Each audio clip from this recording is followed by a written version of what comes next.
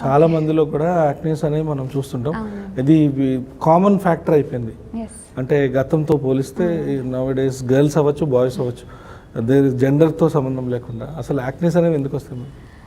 Acne అన్నది ఆ puberty అన్న ఏజ్ తర్వాత హార్మోనల్ చేంజెస్ వల్ల మెయిన్గా వస్తుందండి. సో గర్ల్స్ కానీ బాయ్స్ కానీ, బట్ మనం చాలా శాతం అనుకుంటాం గర్ల్స్లో ఎక్కువ ఉంటుందని. బాయ్స్లో ఇంకా సివియర్గా వస్తుందండి acne compare to girls as per studies. So this is mainly related to your hormones. ఆ హార్మోన్స్ అన్నవి మనం ఎవ్వరం మార్చలేం, we can't change your hormones.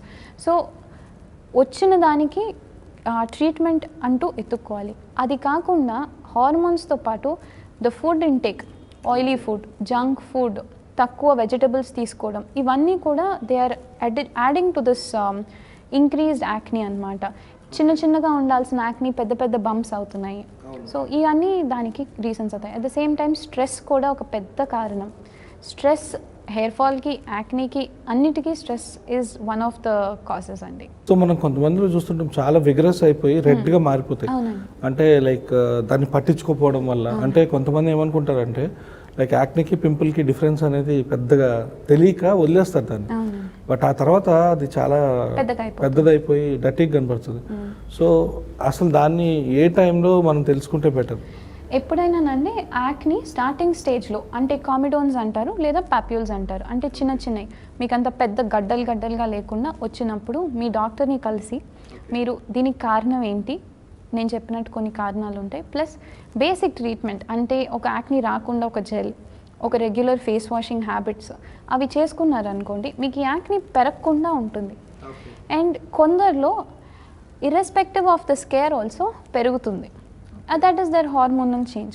అలాంటప్పుడు ఓరల్ మెడిసిన్స్ అన్నవి కంపల్సరీ వేసుకోవాలి. మీరు ఆ ఓరల్ మెడిసిన్స్ని డిలే చేశారనుకోండి పోస్ట్ కాంప్లికేషన్స్, అంటే చాలామందికి గుంటలు ఉంటాయి, చాలామందికి మచ్చలు పడిపోతాయి, అవి చాలా కష్టం ట్రీట్మెంట్కి. సో ఇవి ఫామ్ అయిపోతాయి. So the earlier you intervene the better is the outcome. So అయితే అసలు స్కిన్ గ్లోగా అండ్ హెల్దీగా ఉండాలంటే ఏం చేయాలి? ఫస్ట్ స్కిన్ హెల్దీగా గ్లోగా ఉండాలంటే స్కిన్ క్రీమ్స్ కాకుండా స్ట్రెస్ తగ్గించుకోవాలి, మంచిగా నిద్రపోవాలి at least 6 to 8 hours, healthy food, junk తగ్గించుకొని రెగ్యులర్ నార్మల్ ఫుడే హెల్దీగా తీసుకోవాలి. ఈ మెయిన్ థింగ్స్. ఈ కాకుండా స్కిన్ కేర్ రొటీన్ అన్నది చేసుకోవాలండి. రెగ్యులర్ సన్ స్క్రీన్ అన్నది మనం బయట ఉన్న ఇంట్లో ఉన్న వాడాల్సిందే, ఇంక్లూడింగ్ ఈ లైట్స్ ముందున్న మనకి చాలా స్కిన్ డ్యామేజెస్ జరుగుతాయి. సో కంపల్సరీ సన్ స్క్రీన్ అన్నది వాడాలి with an SPF of 40 or greater. Okay. And night time routine వచ్చి మీరు యాక్నీ ప్రోన్ అనుకోండి, ఏదన్నా యాక్నీకి రిలేటెడ్ క్రీమ్స్ వాడుకోవాలి. లేదు మీరు your skin is very nice, just skin glow కోసం అనుకోండి, kojic acid combinations, glycolic acid combinations ఉంటాయి. ఇవన్నీ కాదు, మీకు డ్రై స్కిన్ ఉందనుకోండి, అ వెరీ గుడ్ మాయిశ్చరైజర్ వాడాలి. సో పొద్దున్నేకి your face will look more supple and fresh. So ఎటువంటి ఫుడ్ తింటే మంచిది? సేమ్ బీట్రూట్, క్యారెట్, దానికి కూడా. And also orange juices vitamin C rich, ఇవి చాలా మంచివి. ఆరెంజ్, బత్తాయిలు, కమలాకాయలు అంటారు చూడండి, అండ్ ఆల్సో ఆమ్లా, లెమన్, ఇవన్నీ చాలా మంచివి.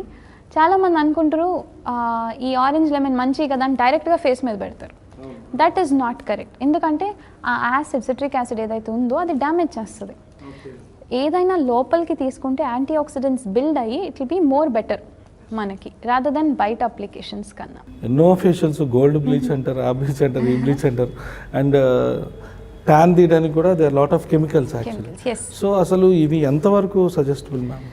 సో బయట చేసే ఫేషియల్స్ గురించి అంటే I personally don't want to comment also. నా ప్రకారంగా ఫేషియల్ అన్నది చేస్తే it will increase the blood circulation to the skin on the face and it will give you better glow కానీ అది కానీ వస్తుంది. వేరస్ కమింగ్ టు డర్మటలాజికలీ, కాస్మెటిక్గా మేము వాడే కెమికల్ పీల్స్ కానీ అవన్నీ కెమికల్ అన్నది కంపల్సరీ ఉంటుందండి, బట్ అది ప్రాపర్ పర్సంటేజెస్లో ఉంటాయి. కొన్ని బయట అమ్మేవి I don't know how is the concentration, but మాకు సప్లై అయ్యేది అన్నీ దేర్ ఆల్ గుడ్ కాన్సన్ట్రేషన్స్. ఇవన్నీ ఏంటంటేనండి నిజంగా ఒక ఇండికేషన్ ఉంటే, అంటే మీకు మచ్చలు ఉన్నాయి, మీకు గుంటలు ఉన్నాయి, లేదా మీకు స్కిన్ ట్యానింగ్ ఉంది, అవసరమా కాదా అని తెలుసుకునే చేయాలి. అవసరం ఉందా లేకుండా తెలుసుకోకుండా చేసుకుంటే స్కిన్ అన్నది డ్యామేజ్ అయిపోతుంది. And also proper professional doctor దగ్గరికి వెళ్తాం ఇస్ అ బెటర్ చాయిస్. ఎందుకంటే it is a chemical. Other people don't know ఎప్పుడు ఆపాలి, అది న్యూట్రలైజ్ చేయాలి అంటే ఏం వాడాలి, వాటర్ వాడాలా, వేరే కెమికల్ వాడాలా, పోస్ట్ పీల్ తర్వాత ఏం అప్లై చేసుకోవాలి, అవన్నీ తెలియదు. చాలామంది పీల్ ఇంట్లో చేసేసుకుని బయటకు వెళ్ళిపోతారు ఈ ఎండకి, సన్ డ్యామేజ్ అయిపోతుంది. సో దీని గురించి ఇన్ఫర్మేషన్ ఇస్ వెరీ ఇంపార్టెంట్. అందరు అనుకుంటారు కెమికల్ పీల్స్ బయట మార్కెట్లో కూడా దొరుకుతున్నాయి, మేము వాడొచ్చు అని. బట్ అది ఎంతవరకు వాళ్ళ స్కిన్ని సూట్ అవుతుంది అన్నది వీ కాన్ టెల్. డ్యామేజ్ అయింది అనుకోండి, మళ్ళీ ఇది వాడాం కాబట్టి డ్యామేజ్ అయిందంటారు. సో ప్రతి బాటిల్ వెనకాల if a reaction occurs please consult your doctor అని వేస్తారు. ఎందుకంటే they can predict how the reaction happens. So next coming again ఇక్కడ మళ్ళీ స్కిన్ సోరియాసిస్ అనేది ఒక major part. So hair psoriasis ఇందాక మనం మాట్లాడుకున్నట్టు స్కిన్ సోరియాసిస్ అంటే అసలు దే కెనాట్ స్టాండ్ బై ఒక దగ్గర ఉండి మళ్ళీ అదొక రకమైన ఇచ్చింగ్.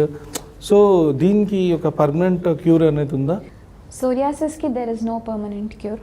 ఓకే ఓకే సోరియాసిస్ అన్నది ఏమవుతుందంటేనండి, ఇప్పుడు ఒక ప్లేస్లో స్టార్ట్ అయింది for example, it is psychologically distressing for the patient.